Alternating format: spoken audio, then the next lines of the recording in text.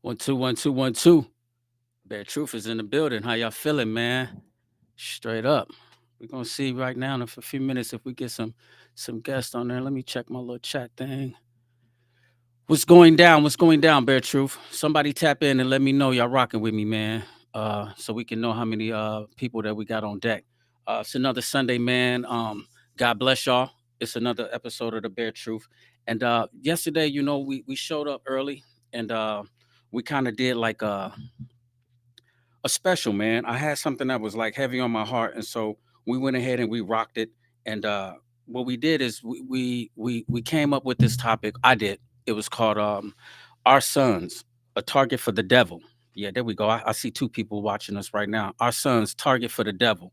And so what I did is, I wanted to play off of some things that I was learning, like when I was getting discipled, when I was in the joint, and put my mic up so make sure y'all can hear me. And so as we was getting discipled in prison, you know what I mean, as I started to learn how to read the Bible and, try to understand what was going on, you know what I mean, with Genesis all the way up until like when Jesus came.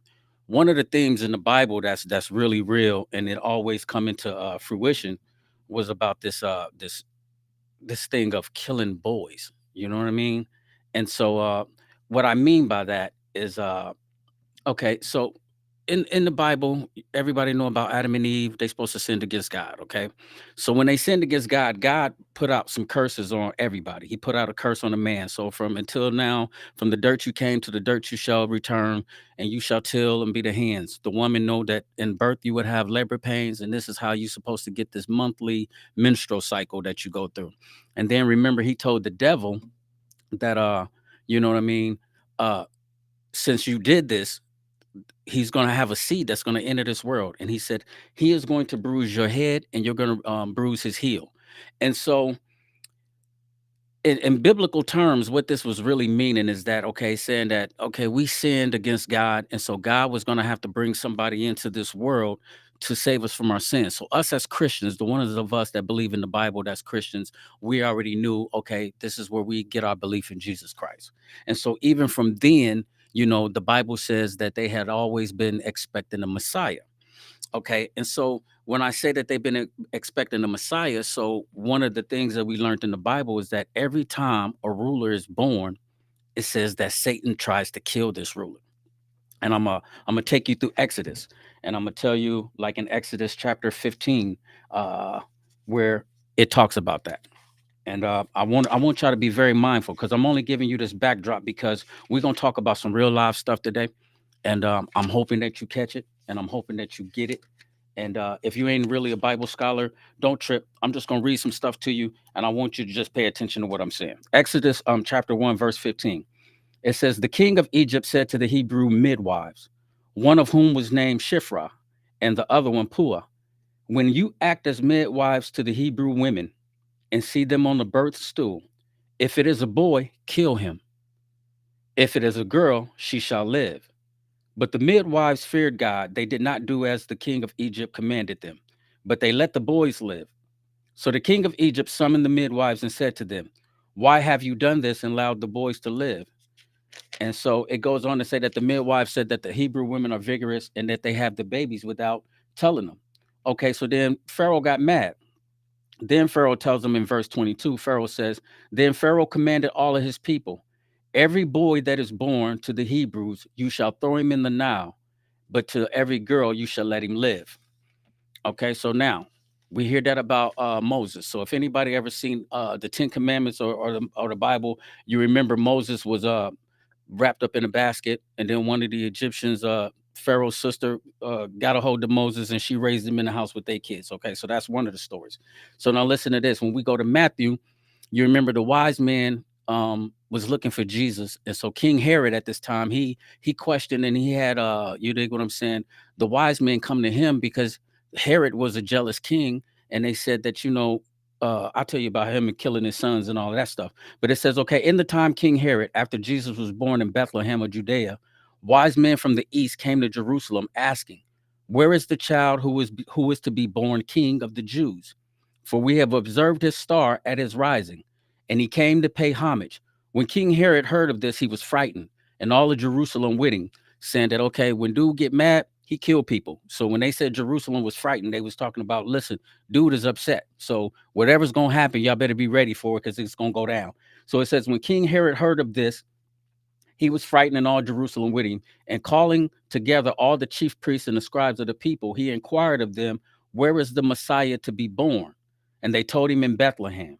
So now let's fast forward. Let me see. What was I doing? Okay, so we're gonna go down to 16. Now let me show you this. So when the wise men go looking for Jesus, and then they tricked King Herod, they didn't come back. He was like, when y'all find dude, come let me know where he's at, and then I'm gonna go and I'm gonna pay homage to him, and I'm gonna praise him. So it seemed like God talked to the wise men, and then they didn't go back to him. So listen to this.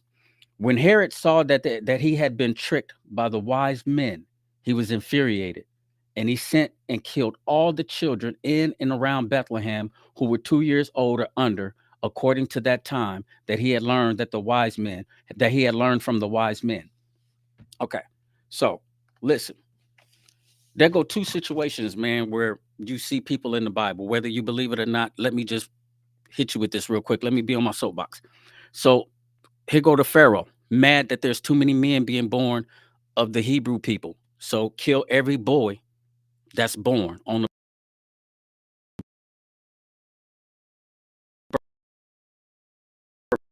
birth stool. You know what I mean? Kill him. You dig what I'm saying? Okay, they said we have construction standing by the connection. It don't seem like we cut off. Okay. But meanwhile, so listen. So now that we understand this, that's where I got the title from. To understand that, you know, it's always been a thing in the spiritual realm with men. You dig what I'm saying? That anytime that you're born in this world, you know, the enemy has got a target on your back and he wants to kill you. Now we're gonna talk about specifically our people. I got my man G Nice, he in the back. You know, he's ready to come on. I'm gonna bring him in today because you know we're gonna tag team this situation again. But I want to let y'all know this. We're gonna come from it from a black person's a black male and a black boy perspective, some things that we can deal with because we can issue. But I want all men to be conscious of this decision because that's the reason why the devil hates when you guys get married. He don't want you to have no wife. He don't want you to have a family. He don't want the father in the household. He don't want you doing anything that looks like God. You dig what I'm saying? And so uh as we get into this and we start talking about our sons, target for the devil. Just be mindful that I ain't just come up with this just to be a topic. Kids have always been a target for the enemy. You know what I mean? Ever since I can remember, I got to be conscious to look into this camera. They have always been a target for the enemy. And so you got to think about that. You know, there's a cliche saying that says, if you knew better, you would do better. You dig what I'm saying? And so as we give you these little topics and we talk about this little stuff, as you watching these podcasts, man, I ain't just up here for nothing. I'm trying to help you win, fam. It's 2023. We trying to do something different. And so it's a lot of single mothers out there that's raising kids on their own. And it's a lot of our young youth, black men that's losing. It's a lot of young men that's losing. And it's a lot of old men that's losing, still losing. And so we're gonna try to talk about some stuff to see if we can help each other get their boots on and stuff like that. Okay, Claudine Anders, indeed, say that. And so I want you to know too, Claudine, I see you, sweetheart. And if anybody got any questions, there it is, yo. I see you, baby. If anybody got any questions that y'all want to say, please leave them in the comments section, and I can caption you and I can run it across the screen where everybody can see it. Thank y'all for chiming in. Let's get ready to rock. I'm gonna bring my man G Nice in the building, so let's get ready to get it. G Nice, what's the word? What's good? Man, slow motion, baby. What's going down? Same old, same old. Yeah, I let you do your little thing for the beginning. You know how I am about that, but neither Yeah, here nor there. That's you.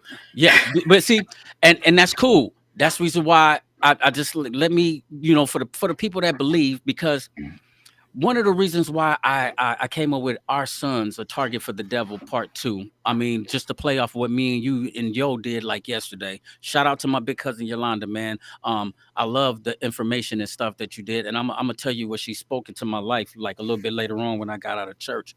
But um, even as a believer, G Nice, you know, even when I learned that, I mean, it was heavy on my heart, man, because I started to notice, man, like a repetition of why is it that, you know what I mean, black men, number one, me and you can relate to this, man. We do, it seemed like we got a target on our back. And it was like yesterday how she was saying, like, you know, for instance, as a black man, soon as you black, you know what I mean, you got 3 strikes, you know what I mean, on your back already. I've looked at some people profile, and then they'll have this caption on their profile, and it'll say, because I have a black son. And you know what they mean by that. Because I have a black son, I have to be mindful of him when he's out here in the streets because the police are killing. You know what I mean? I have to be mindful of him because he might not make it home tonight. You dig what I'm saying? And that's a sad thing to say for our kids and our youth. So shout out to Yo, because she told me to stand in my truth, man. She said that she was proud of me, and she told me to keep doing what I'm doing. And so I felt like, man, if anybody gonna give them something, it's got to be us. Somebody that know it, that done lived it, that done been through it. Now, one of the Right. first things I wanna bring to your attention, they got this stereotype on this man, and I think it's really real. It's not cliche. They said that they associate fear with black men. So I think I hit it like a little bit like last night when I was saying, like, Right. growing up in the city, you walk past a white car and they automatically lock your doors. And so as I was watching some of these things, man, people were saying, like, I've seen it where I'm walking down one side of the street, and if a white couple is coming my way, they will automatically cross the other side of the Hmm. street. Have you ever experienced stereotype as a black man, Oh, being absolutely. I black? mean, the same thing that you talked about, right? The door locking, the clutching the purse, the moving to the other side of the elevator. And, all that started as a means, from way back, right?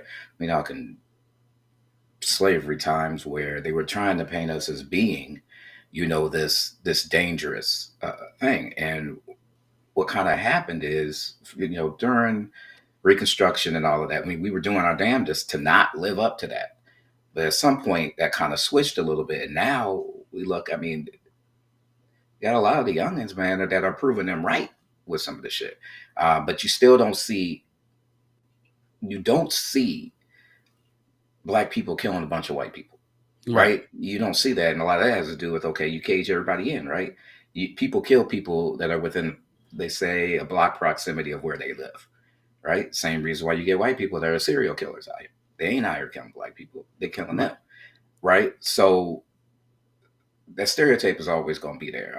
All we can do is just try to survive out here, but it is hard when you try to move forward and do something because you got to be extra careful. You got to be, extra nice and try to downplay that fear. You got to try to placate people just to be able to get anywhere. Um, so yeah, I mean, we all have been through it. It's frustrating as hell. Um, you know, I had to try to, explain to my son, like, yo, man, I mean, you can't run around here thinking that you're like everybody else, right? You got to understand that they're going to look at you differently. And I know you be from this different era where y'all feel like everybody is equal. Well, that's in a perfect world. Yeah, that's the way we're supposed to be, but that's not the reality out here. And you get yourself killed running around here thinking that you got the same rights as these white boys. It's just not, that's not where we are. Yeah. We lose Bear.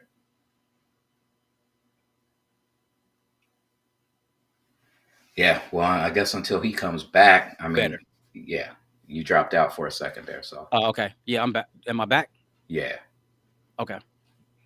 Yeah, they was telling me that it was gonna be a problem. So yeah, yeah, they told me that it was gonna be a problem. They was something was going on with the connection. Okay, so remember I was giving you this little thing. If you knew better, you would do better. So just based off of what you was talking about and what we was just saying, like on black stereotypes. I mean, it ain't nothing new. You dig what I'm saying? No. We know how y'all look at us. We know how Mhm. y'all view us like that. Now, it seemed like it's two things that's happening right here. It's like this.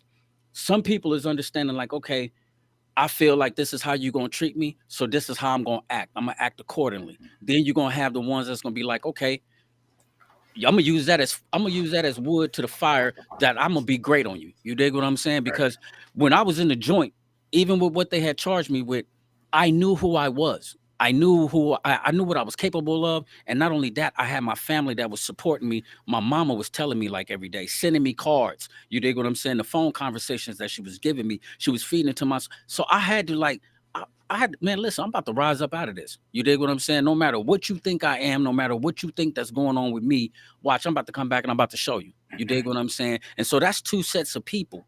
How do you feel like us as grown adults? How do we try to get other people to feel like that? Like big homie.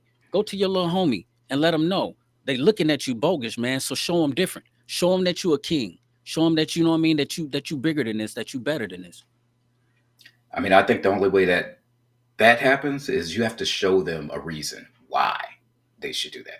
If they can't see the path, it's not going to make sense to them, right? It's like telling somebody around the corner there's $1 million. Well, they don't believe you because they can't see it, right? But they need to understand that, look, there is a direct correlation in how you conduct yourself and what the path of your life is going to be. You're only going to attract certain kind of company, whatever kind of your behavior is. Yeah, I mean, if you want to just attract people that are where you are in life right now, just keep doing what you're doing. But Yeah. as they say, you never want to be the smartest person in the room, right? Yep. So if you're doing that, you're in the wrong room. Straight And up. that mentality has to be there because a lot of people are just comfortable being around people who are just like them. Look, you got to want to grow. We all started from a spot, right? We were all there at one point. It's necessary for people to grow apart, not necessarily away, but apart to go out and get knowledge to be able to bring back to the collective, right? We all learn different things at different times, but it's our responsibility as we go out to come back and say, yo, this is what I picked up while I'm out there, right? And be able to do that.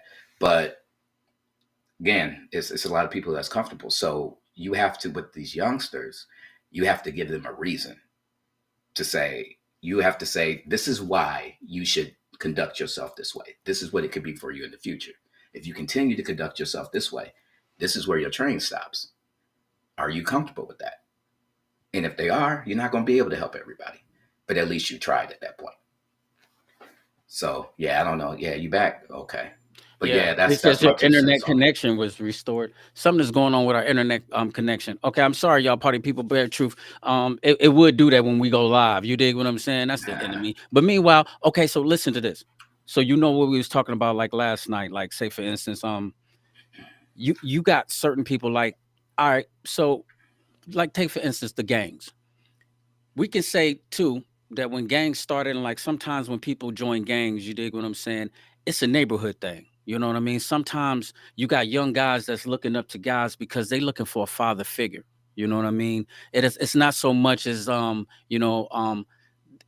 that's what they want to do. Sometimes you force because that's the block that you live on. You dig what I'm saying? If you're gonna be on this block, you're gonna eat, you're gonna get money. You just gonna have to be down with the set, and it ain't gonna be no other. I've been in a situation like that, but then Right. sometimes you got like young kids who's got a single parent mom, and you know how it is in the hood. Everybody over their house drinking, playing spades. That's the kicking spot. You dig what I'm saying? So they play dominoes over there, they play spades over there. So you start looking up to these dudes and now these is your role models and these is your heroes. You dig what I'm saying?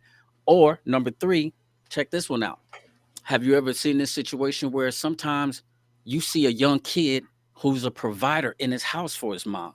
I've seen a situation where you got young shorties, if they know how to hustle and they getting money and they paying their parents rent, they paying their mama rent, a lot of times the mom is gonna turn her back no matter what. Okay, you know that this little dude ain't supposed to be smoking no weed. You know he ain't supposed to be doing this and that. But what can you say when he coming in the crib and he breaking you off and he got money? He paying rent. You dig what I'm saying? It's hard to say something to like a little kid when you dig what I'm saying when he got the whole family eating. You know what I mean? And so some of our kids they grow up in environments like that. I mean, how from your perspective, how would you go back and try to reach something like that?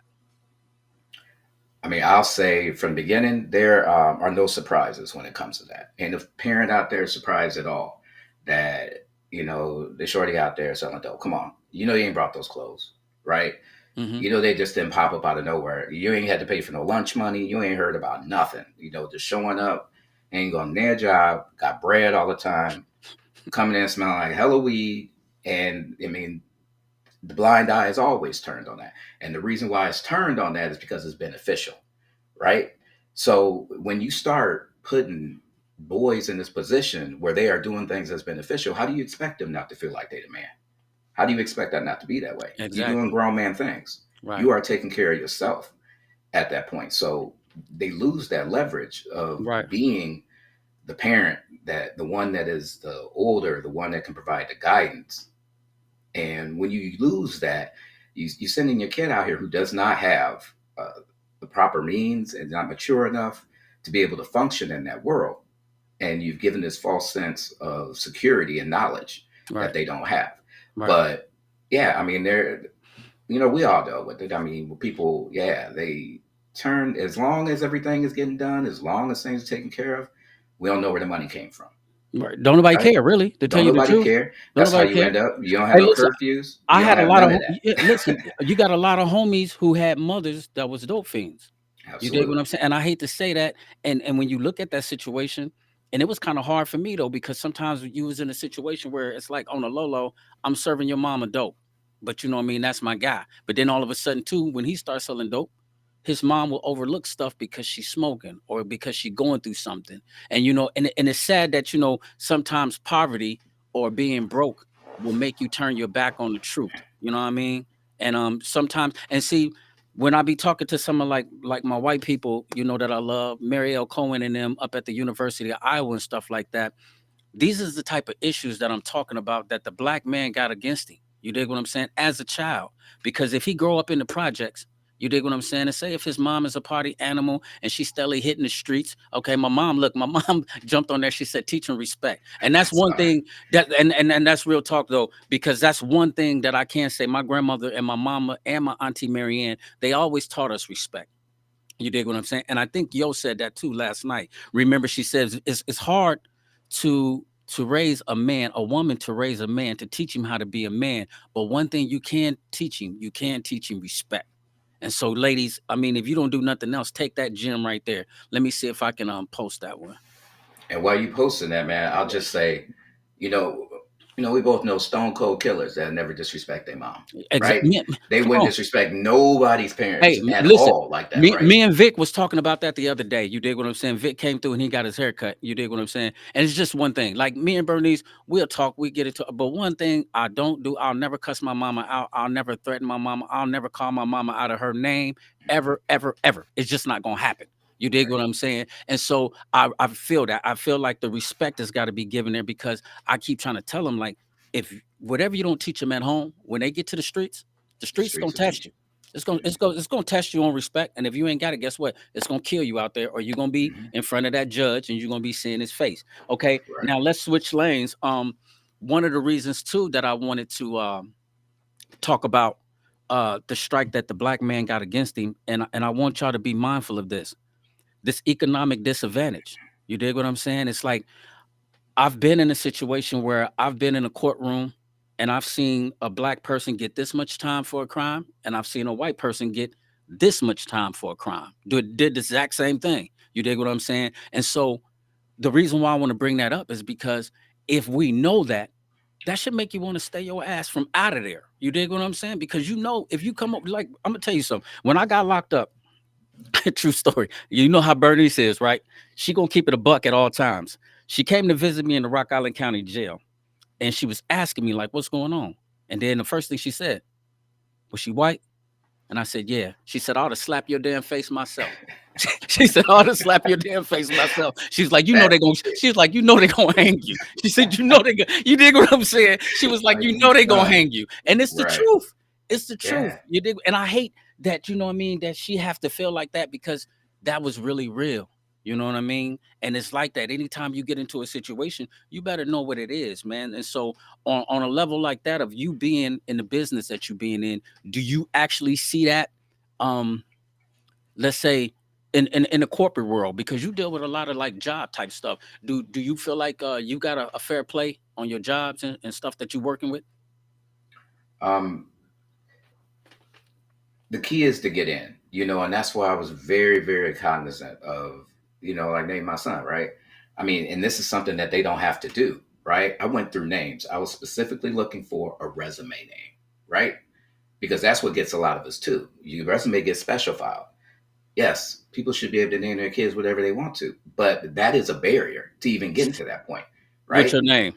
Yeah, your name will make it so that nobody talks to you. Y'all So hear I'm that? like, I want to make sure that his name will not make them stop looking so they could look at his qualifications. So I get lucky, with mine a lot. So that gets me past. And now I'm at a spot where my qualifications speak for themselves and everything like that. And being able to get in there, and do the job. I mean, building a history on it. So it's still there, though. People are going to feel like they want to see if there's a point that they could push you to get you off your square, right? They Right. want to see, they feel like it's always buried in you, which it is, which it is. And I'm like, yo, I mean, I can tear your face off from here, but I'm not going to do it because that Right. doesn't benefit me at all. Right. I'll tear your face off and making sure I'm your boss. And that's what I'm going to do with you. You got to learn how to fight the battle differently. It's all chess, you know? Exactly. You dig what I'm saying? Because a lot of times we fight the war from a different place. A lot of times as black people, the first thing we want to do, we want to get mad and tear something up. You dig what Hmm. I'm saying? But I'm gonna tell you one thing that's dangerous. I'm gonna tell you, you really want to be dangerous. They think that we dangerous because they feel like we gang members, or they feel like we this and that, we drug people, or we murderers, or we rapists, and we this and that. I'm gonna tell you where we dangerous at, when we educated.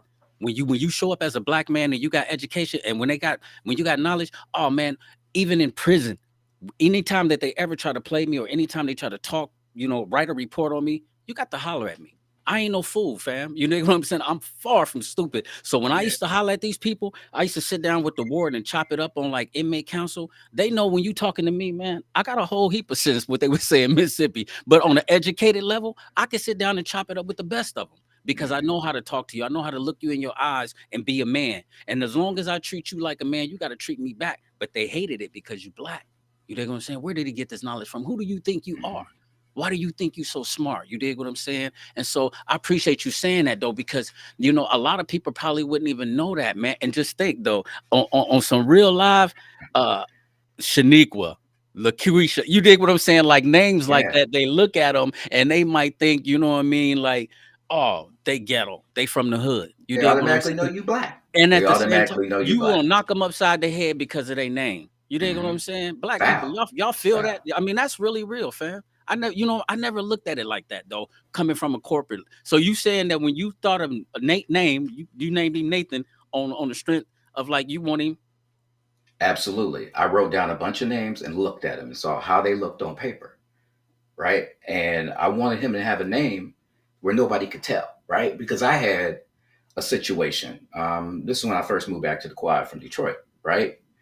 And I was interviewing, and I got all the way down there to the interview, right? I talked to the chick. She's like, "It's great, Hey, we love your qualifications, all that."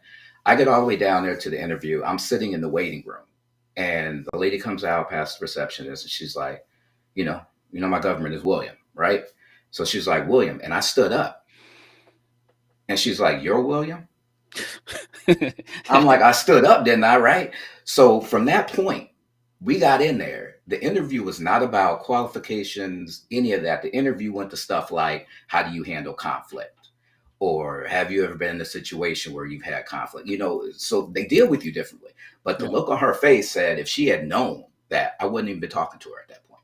right. So it's real. It's not right, but it's a reality out here. Yeah. No, no, for real, Um, for real. It's really real. I'm gonna tell you something, not to cut you off, because mhm, I was telling them a while back they was gonna hire me for this management position at Sterilite. And so I was supposed to be next up in line. And so when dude used to drill me for the job, he used to give me scenarios like how would you handle this? You know what I mean? If you walk to a line and you see a dude and he's giving you crap about you telling him about the job, and he know who he talking about. He talking about black people. You dig what I'm saying? You know how they quick to snap or go off. You dig what I'm saying? So and it's unfortunate that people. I guess it is what it is. The stereotype is real. We associated with fear, or we associated with this other thing. Um, I know one thing. I tell you this: when we speak about like mental health issues as black people, I learned something that was really really troubling. You dig what I'm saying? I know I seen Pook wanted to get in, but see, if they didn't give me their email number earlier, it's kind of like hard for me to like do it right now. right, But right. I wanted to get your boots on this right here, for you to tell me what's your ideal on this. A guy was telling me, he said, out of every 100,000 black people, only like less than 7% have ever seen a psychiatrist. So it's more than 100,000 black people on earth, but in America, but out of one every 100,000 black men and women, only 7% of them have ever seen a psychiatrist or ever went somewhere to deal with mental health. And so as I was watching this TED talk, you dig what I'm saying? Because I'm trying to get my thing together so I can get up on that stage. You know what I mean? That's gonna be like one of the next platforms for me. So one of my missions for 2023 is to get up there and speak my truth. And so I'm always checking them out. And man, it messed me up because one thing, there's this spirit of suicide that's on our kids. You know what I mean? They killing themselves. And you know, if anybody got mental health problems, I know black people got mental health problems. You know what I mean? And a lot of times we are taught in our neighborhoods, that's some white people shit. Excuse my language, auntie, y'all. I see y'all watching. Excuse my language, because I am trying to kill the cussing this year. We about to dead that. But meanwhile, they say that's some white people stuff. Or don't go in there and tell people our business. You bet not go in there and mention our business. You dig what I'm saying? You bet not do this. You bet not do that. You dig what I'm saying? And a lot of times they wind up struggling on the fact that you trying to handle all these issues. Like I'm saying, if you see a kid that grow up in the neighborhood and you see killing on your block, I'll use my little cousin Love for an example. Love is straight hood. You dig what I'm saying? He grew up on 16th Street.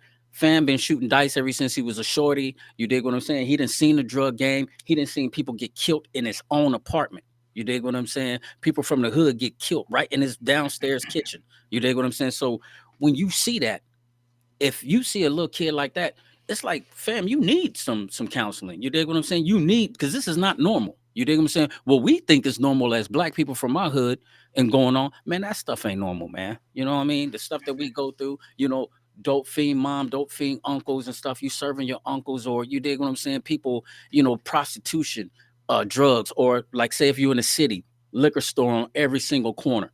You dig what I'm saying? That I got to tell you, that right there is enough to drive somebody insane, man. You dig what I'm saying? So what do you feel about black people in the mental health? I mean, I think it's a sad situation that it's not accepted. Um, what you see most of us always doing during time is self medication, right? Yes. People self medicate themselves, and it doesn't work, right? All you're doing is trying to tamp it down, and a lot of it is to make sure you can sleep, to make sure you can just survive.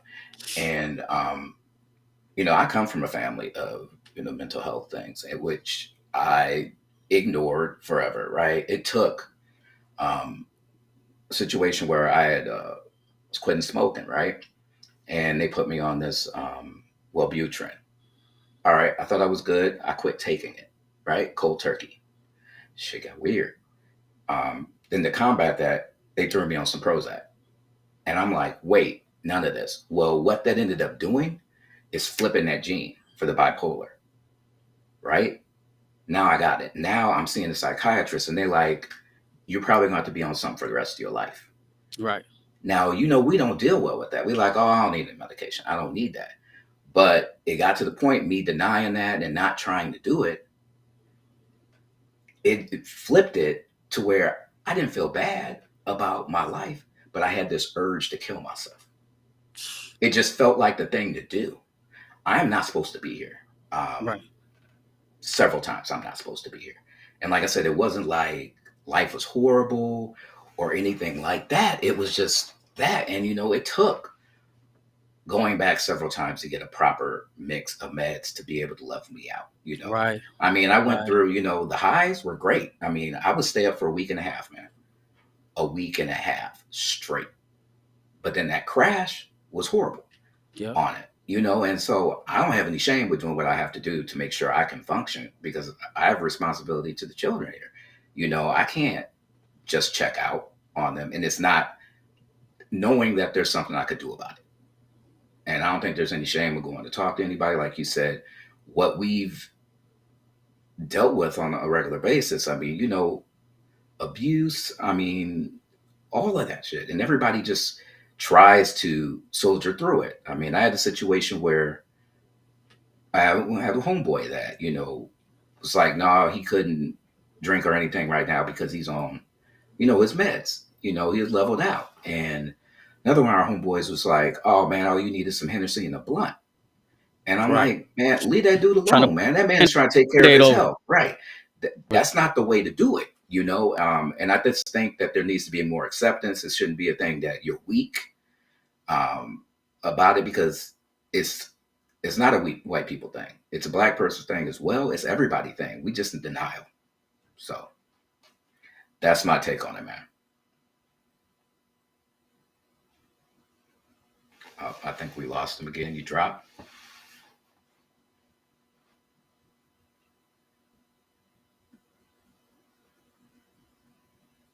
Well, you didn't bow out, so I'll just continue. But I think, as somebody was saying there, yeah, there's not a lot of people in that profession that could allow people to feel like they can sit across from somebody that looks like them. I mean, I was worried. I'm not, if I go in and I'm sitting across from a white psychiatrist, I'm going to be very cagey and guarded about how I'm going to address different things. And I found myself, I have a black psychiatrist, right? And younger dude who understands. I mean, he comes from it, so it's more of a conversation, Yeah. right? So Yeah, I think you had everybody cut should off. seek that out. You had cut off for a minute, so hopefully they got you back. It was something that's going on with the internet connection. I don't know that it went down like that. But I'll give you a chance to repeat what you were saying for anybody that missed it. Hopefully it was recording maybe on your end, but on here we had paused for a minute. It lost internet connection. I see what's going down. We hold on. Gotten away from God. We are His chosen people. I understand that. That's Bernice. She chiming in about church. Yeah. I like what Letitia Moore said though too. She said there's only 2% blacks that are in that profession, and that's another thing that the dude on TED Talks talk. He was saying like out of 100,000, you know, what I mean, black people too. There's only one psychiatrist. You did one black psychiatrist, and so that's something that you know. What I mean, we as people, we might want to think about that. You know, when you getting out here and you getting into careers, maybe that's something that you might want to deal with. Now, when you said that, man, it brought back some memories, man, because I remember being in a joint and I remember going through my cousin, one of my cousins, his son had killed himself. You did what I'm saying? And then on top of that, we had one of my cousins, his had died of a health complication. And so not only was those three things going down in Indianapolis, and I had just got done talking to him. I had just got done talking to Aaron Hall. I got done talking to JG.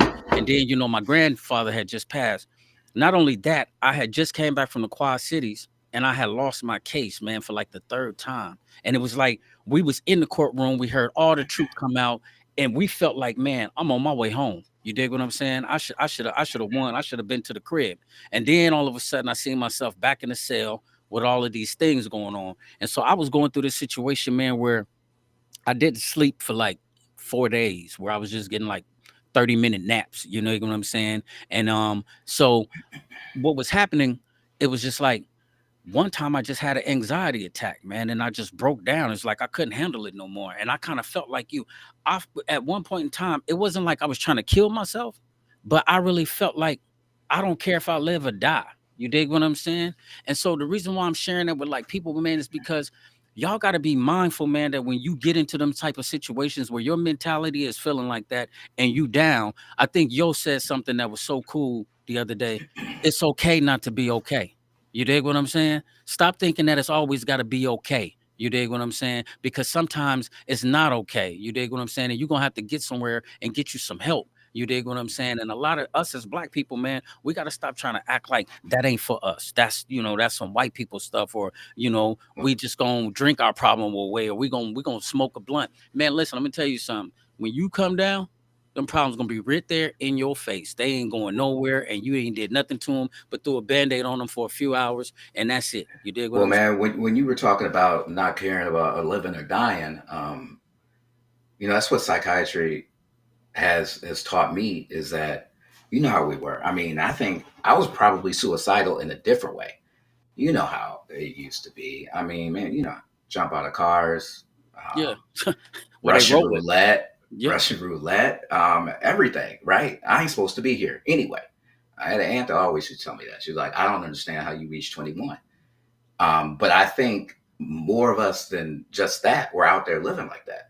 yeah, We're just like, whatever happens, happens. But I think it's what that is, just a manifestation of trying to be in denial about what really is bothering you. yeah. And So and as black people, you know what I mean. Again. I just want to keep beating it inside your head until you get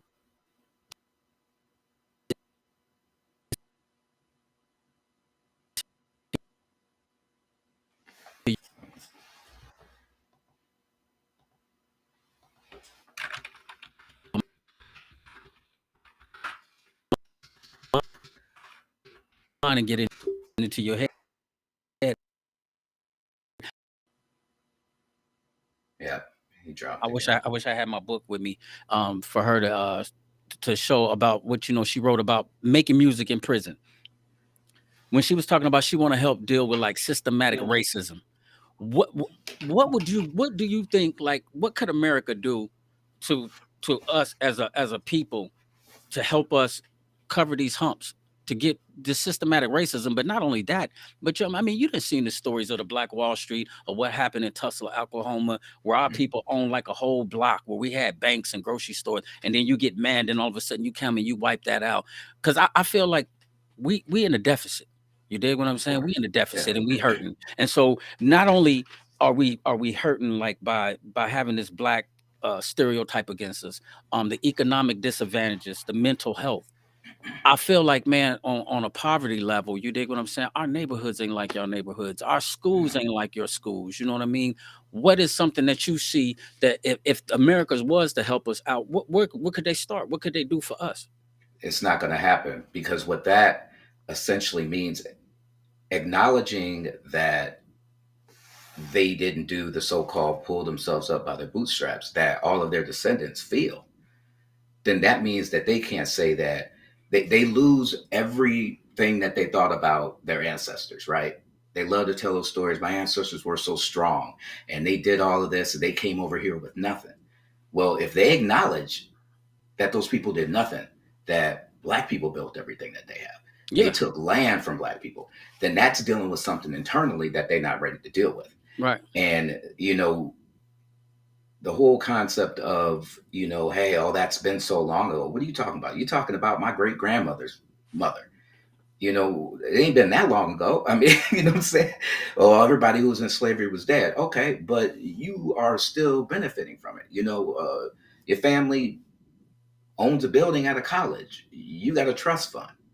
Yeah, Your parents were like, gave you $50,000 to put down your first house. Your college was paid for, right? You went to camp, you had swim team, you had all these things. Goddamn it, you didn't have no free lunch. You didn't you go don't to know how to go to the JTPA. park, You right? didn't go to JTPA. You didn't Hey, do any of that. You know Hey, what I'm listen. saying? One thing you didn't have a book of them food stamps. You remember them color stamps? Exactly. Hey, Hey, and I remember my mom used to make me break like dollar stamps and bring the change back so she could get something with the change. You had to take them. uh, Here, boy, go in there and break that. Don't spend more than this and bring the change back.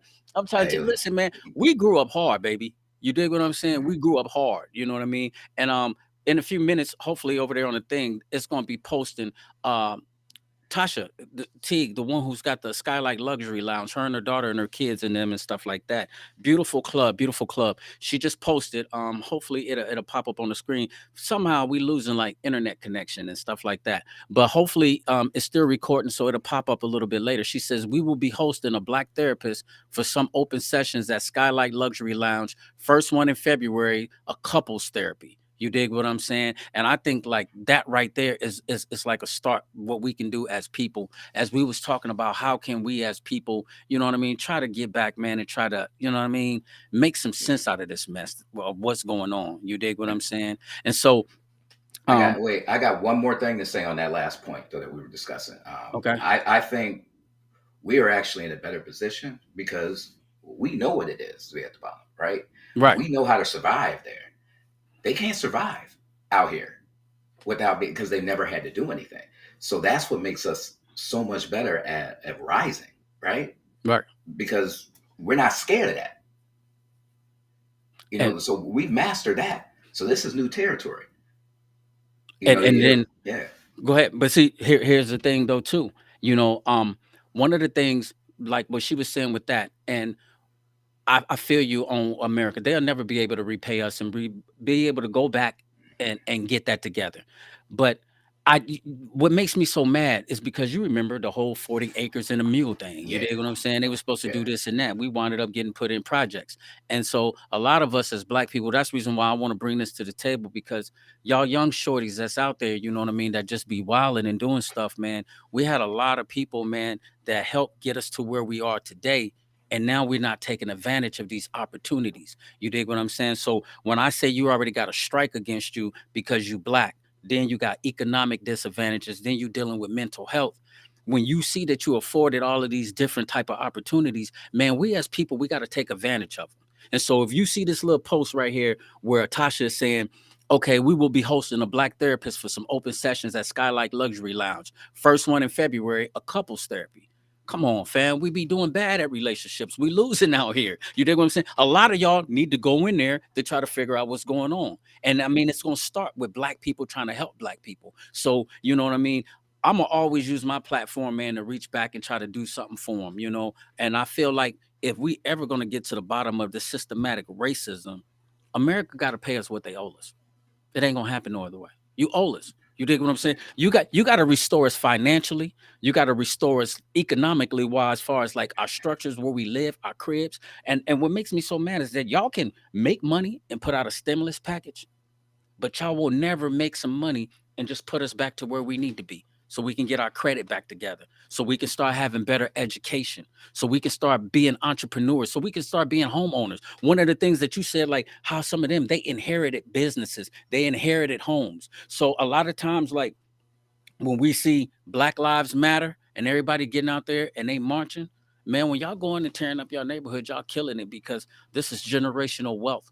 I like what Tasha and them is doing with the Skylight Lounge. That's her daughter and her husband. I got a chance to meet them people, man. Them people is awesome over there. They doing their thing. I'm shouting out any black businesses, anybody Yeah. that's doing something because we need y'all. The We- reparations is not going to necessarily do it. I mean, you can give people money and they'll burn it up. I mean, we got people out here with $400 tennis shoes and they own a car. How does that make sense, right? They hey, fly, listen, they listen. super fly, but on Section 8. That don't make sense. Why Right. you're living beyond your means and you'll Hey, never have anything as long as you do that. It yeah. takes patience, it takes restraint to build wealth, Right. But right? you know what? One thing I do think like this right here, I 100% agree with us as a people. We got to be mindful of that, y'all. The judge, just what he said. You got people that's buying $400 shoes and you're on Section 8. And you know that you do it. You know how you do it. You know how you get fresh to come to the club. You know how you go get your hair done. How you'll go sit down in front of the ink man and get your whole stomach and your whole back done up. But at the end of the day, you ain't pay your bills. You dig what I'm saying? So a lot of times we do like a lot of playing.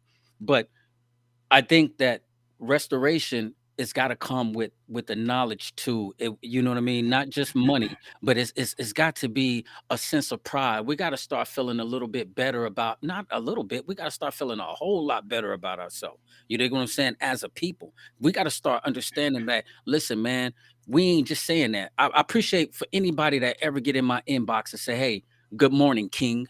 You dig what I'm saying? Because I don't take it lightly. When you feed into my spirit, I feel like that. I move like that. And not feeling like I'm better than anybody, but I feel and I move like, man, listen, God, you woke me up today.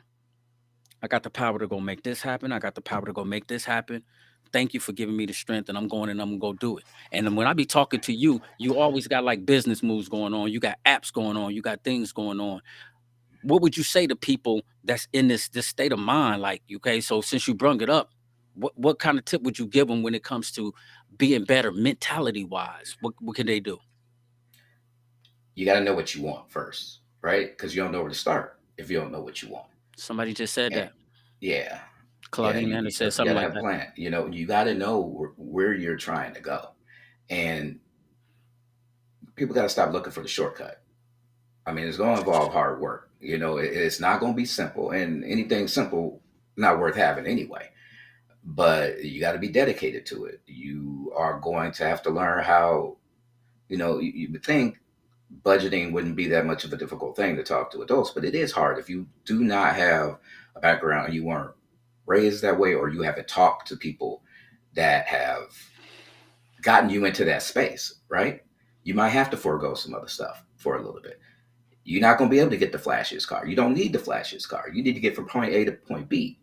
The people that you're trying to impress have less than you, which is super counterproductive in it. But yeah, it's focus. So look at what you want. Like you said, the vision board. Write down what makes you feel good. What can you be happy about getting up and doing every day? If you Right. can't figure out what will make you happy, what can you tolerate? Until you can get what makes you happy. But it Okay. ain't just gonna pop up. You ain't gonna see it on TV at midnight. Right. And Yeah, so, you know what? And because remember we was doing that though, like last week when we was talking, you know what I mean? And for everybody that's still watching, be mindful of that. You know what, Tasha? Maybe we can do something like that over there at the Skylight Lounge too. You know what I mean? One time, maybe. Let me just throw this idea out here. What not about hosting a vision board party? You dig what I'm saying? Because the scenery is so nice. I mean, the Skylight Lounge, man. I'm telling you, man. I got a thumbs up it. You dig what I'm saying? Because it's nice and it's gonna be a different atmosphere and it's gonna go down. But like a vision board party, give people a chance to come out. You know what I mean? Maybe y'all can buy a bunch of the vision boards and sell, like, you know what I mean, your little markers and stuff, or when you come in you get this and that, or and people just swap ideas and just put it down on your vision board, because I'm gonna tell you something, man.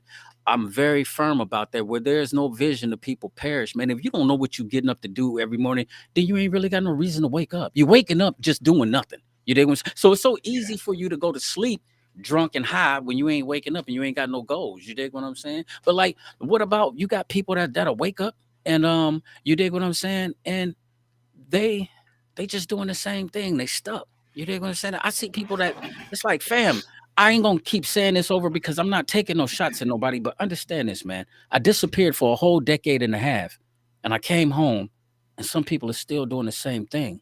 I'm not taking a shot at you, but I'm asking you, I'm telling you, you dig what I'm saying? If you waking up and you got life in your body, there's got to be some reason why you here. You got to figure this out. And I'm a firm believer in God. I know your views is different, but I believe that if you're waking up every day, God got a purpose for you. He putting you here for something, to do something. You dig what I'm saying? And on seeing that, what kind of advice would you give a person who kind of stuck in a rut, who he ain't going nowhere? What should he do with his life? How can he get some get up and go? You look at what you're spending your time on and how it benefits you. Yeah. Um, you know me, man. I average 50 to 55 hours a week, but it's across doing a bunch of different things that are all going to contribute to the bottom line on it. Now, I could spend that time sitting up playing video games. It's not beneficial. That's not going to do anything for me, right? I Right. mean, Listen. so look at how you're spending your time, figure out why you're spending your time there, and figure out what it does for you. That'd be the advice. I mean, the rut's not that deep that you can't get out of it. If you can see over the edge, you can climb out, but you just got to figure out if you want to. Right. And I had kid still, and my son Dejan. I got to get my son on here one time, man. This little dude is so smart, man. And I'm talking about, man, my kids. I'm so proud of them because they so knowledgeable. You know what I mean? And we don't always see eye to eye like me and my daughters and them all the time, but man. Entrepreneurs, I'm so grateful for them. And so, as we talking about this show, I want y'all to be mindful, man. If y'all got kids out here and y'all got grandkids out here, to be a good example for them to look up to. You dig what I'm saying? Be a good example for them to look up to and give them something that they got to reach for and stuff like that, because it's already enough foul stuff going on. You dig what I'm saying? That they can turn on social media, they can turn on TV, and they can get enough of the BS. You dig what I'm saying? So every day, if you don't do nothing but tell your kid or tell your grandkids, I love you, give them a hug or something like that. You dig what I'm saying? And I got to do better. You dig what I'm saying at doing it. I'm not just saying that, but just since my son reached out, man, because the dude, he the one that turned me on to the LLC. You dig what I'm saying? So I be getting tips from him, like, Dad, why ain't you do this? Like, Pops, do this and that. He'll turn me onto a site. Then the next thing you know, I go do it. Then boom, boom, boom. So you know what I mean. I'm always grateful for to see my younger generation coming up and growing and to be great.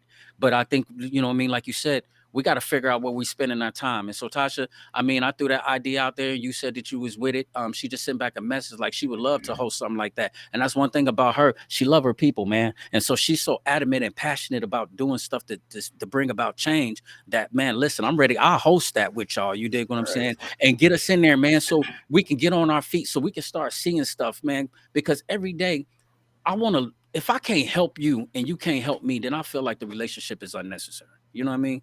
That makes sense, man. It absolutely does. I mean, if I'm not going to deal with you if I can't learn anything from you. It's a Exactly. waste of my time, and I don't like to waste my time. And I would expect anybody to operate the same with me. Yep. If there's nothing you can, if you can't glean anything from me, then you shouldn't be wasting your time with me. Exactly. And that's not, a lot of people like to say, oh, people think they're better than each other. No, they don't. Everybody's time is valuable, and That's it one should thing you not be can't get wasted. back. It's the It one should thing not that be you wasted. cannot get back. You dig what I'm saying? Right. And so It, I it, feel it you should on that. not be wasted. Can't be. You know what I mean? We Hmm. don't waste it too much. You know what I mean? We done had our little year. And then some of y'all that's out there wasting time, guess what? Everybody's not gonna be blessed to see the next day. You don't get a chance to say, when the clock is gonna stop on your life. And so you gotta wake up and Hmm. you gotta make the most of it. You better be trying to get it while you can. You better be trying to make the most out of every day, every moment. Every day that you ain't sleep, when you wake up, you dig what I'm saying? Yeah, I like to have fun. I like to move. I like to, what I mean, chill and do. But man, I be down in this basement grinding, fam. You dig what I'm saying? I be drawing a portrait. I might be on the computer taking an exam. I might be over there cutting hair. You dig what I'm saying? Whatever I'm down here doing, I'm trying to make sure that when I come from up out of here, it's gonna be something productive, man. It's gonna be something better than what I just had before. You know what I mean? And so And you that's already what I know want to my hit. war room. Yeah. Right. And that's exactly what I just created. You dig what I'm saying? Yeah. That's exactly what I just created, man. Yeah. So hopefully somebody is getting something out of this, man. And the last thing I would hope that anybody would do, you dig what I'm saying, as far as like my brothers that feel like they still on count, or somebody that feel like they still in the streets and you still like you hustling. Man, listen, I get it. I've been there. You dig what I'm saying? And I'm not saying that, everything is all good on my end, because it's not. You dig what I'm saying? But one thing I can say is, boy, I sure love riding down the street and don't have to worry about the police. You know what I mean? I don't care Yeah. about you pulling me over. I got license and insurance, fam. I don't care nothing Hey. about none of that. Uh, I ain't worried about blowing in no thing because I don't drink. I ain't worried about my PO dropping me because I don't smoke. And you know what I mean? And to each his own to whatever you do. But it's like this life is working for me and it feels hey. good. It feels good, fam. But on that note right there, anybody that's out here on the block, they need to understand that they're already business owners, Yeah. right? They already are managing inventory. They already are responsible for the money. They're responsible for maintaining a customer base. All of these things will still be used when you jump over into corporate America, And when you go right? legal, Corporate America is way more savage than the block is right? because they don't care. They cut you down without anybody going to jail, Yep. right? So just make good use of your skills. And I think a lot of people get intimidated. Like, I don't know That's anything it. about that. I don't know how to do this. Well, just Comfort write zone. out.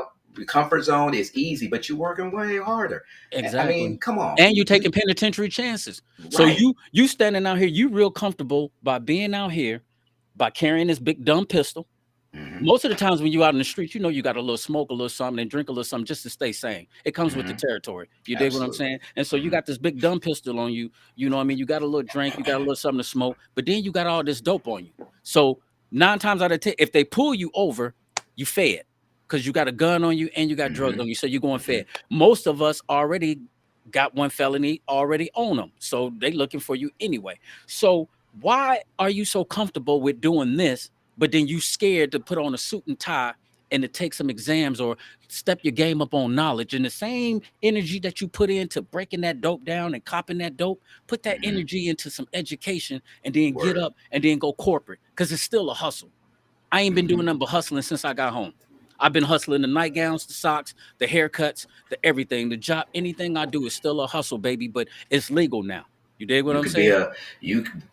a lot of people call themselves hustlers and they're not. They dope dealers. There's a difference. You Straight could up. sell dope or you could be a hustler. A hustler's gonna sell whatever they can. They're gonna adapt to whatever's happening and what they need to do to move forward. So people got to figure out, are they dope dealers or hustlers? Exactly. Because I tell you one thing, there's an end for a dope dealer. So I pray, I'm gonna pray for you, and I hope that you get it together, man. And so, man, listen, it's been a pleasure. So this is what we're gonna do. Let's go ahead and make this official, man, because when we be chopping it up, it just flow naturally. Hmm. Remember, we was talking about doing this little thing called the ball head nuts off the cuff. I think we should give it to him. You dig what I'm saying? And Yeah, so I'm everybody thinking chime in. Wednesdays. I'm thinking Yeah, Wednesdays. Wednesdays. That's the We move. and then that'll be like something me and you can do, and we can just cover a wide range of, we can go hip hop, we can talk local news and stuff like Hmm. that. I appreciate you jumping on the Bear Truth platform, and because I seen this vision when God had me in prison. He showed this to me when me and my sister was talking, and so I got a chance to get out and just listen to what he was telling me and drop this platform. But man, we definitely got to do like a ball head nuts off the cuff. Oh, You dig what I'm saying? absolutely. So then that way you can get Absolutely. all the way into your element. And then another shout out to my man Black. I got a chance to give your mom a hug today, man. I was down. Shout out to Nicole. Nicole with the grub on wheels. She just got the food truck today. So big shout out to her. Ribbon cutting ceremony down at the Elks. I went down there. I didn't get a chance to get no food because I had to cut some hair. But I seen this lady and I thought she was T-Man's mom. You dig what I'm saying? And so I'm like, I know that smile from anywhere. So I'm waiting for her to get out the car so I can give her a hug. But it was Black's mom. And so then when I introduced her to her, introduced myself to her, she was like she knew me anyway. So it was like boom, gave her a hug anyway. But Black was on my mind because Fam said that he had something that he was thinking about doing too. And I'm telling you, man, I feel like you should make that move because you see what's happening, man, how you can talk to people through the podcast. This is the new way of life, man. And so thank everybody, man, for tuning in and watching us. It was good to get your views and it's good to see y'all chats. Remember what Tasha Teague is saying, man. On Sundays, January 29th, she will be hosting a home buying seminar and a credit building from 1:30 to 3:30 free at the Skylight Luxury Lounge. Go up there, man. I'm telling y'all, man, that's gonna be the place to be for the grown and sexy. You ain't gonna be able to go in there and be foolish up there. You dig what I'm saying? Because they ain't having it. But for all those people that's grown and like to be mature, that don't want to fight and have a good time, go straight up there to the Skylight, you know what I mean, luxury lounge, man. That's what's happening. So G Nice, I'm gonna speaking to them on a spiritual level. I'm gonna let you go for a minute. I got something I'm gonna say to them, man. All love, my dude, and we're gonna get All it up right. together. There All it is. right. Be easy, everyone. One. Okay, now, so for the rest of the bare truth, I just want to give y'all something, man, because this is what God had laid on my heart. You dig what I'm saying? Um, my mom, she said something too. She said, you know, we have got away from, you know what I mean, serving God. You dig what I'm saying? We are God's chosen people. You know what I mean? And as I was reading the scriptures that I gave y'all earlier about how the devil has always been after the men, you know what I mean? And I'm specifically whether you feel like we the original Hebrews or whatever you feel like it is. Um, Black men, we got to step up, man. We got to start being better sons to our mothers and our parents. You dig what I'm saying? Our mothers and our fathers, being a better son. Number one, two, you got to start being a better father to your kids. You know, your kids is gonna look up to you for an example. You dig what I'm saying? They looking up to you because they want to win. You know what I mean? And whatever example that you give them, this is what they're gonna take out into the world. You dig what I'm saying? So I thank y'all for checking this platform with me. You know what I mean? So I can give you what God was giving me on my heart, man. And so our sons, a target for the devil. It's not a joke. It's a real thing. He's after our sons. The Bible says that he comes to kill, steal, and destroy. You know what I mean? And so let me ask you this question. If you woke up, fam, all of my brothers, and for all of my young sons, all the young sons, nephews, cousins, and all of that, if you woke up every day and you knew it was somebody that was out there trying to kill you, he's trying to literally take your life, wouldn't you get prepared for him? The Bible says he comes to kill, steal, and destroy. So every day that you up and every day that you moving, whether you trying to job hunt, whatever you trying to do, he's trying to kill you. He's trying to destroy you. And he's trying to steal any type of life, any type of hope from you, anything that he can steal from you, man. And so let this be a warning. When I said a national alert, man, I mean that from the heart, man. Don't come into 2023 slacking and being lazy and acting like it can't happen to you because it can. And man, the prison is filled with us, our color. You dig what I'm saying? And so listen, if you got a mental health situation, man, listen, if you don't feel like talking to nobody, inbox me, man. I'll chop it up with you. You dig what I'm saying? If you're going through something and you need any type of direction, if you hurting and you need a haircut, holla at your boy. I'll cut your hair for free if you ain't got no bread. If you need to go to a job interview and you ain't got no money and you need a haircut, holla at me. That's my word, bare truth. I'm putting my word on it. I will cut your hair, but you got to be going to a job interview. Straight up. And if you make honor roll, if you got a kid that make honor roll and you can't get his hair cut, I promise you, if you show me his grades, I'll cut his hair for free. Listen, man, I love y'all. God put that on my heart to give it to y'all, so I had to give it to y'all. Bare truth. Peace.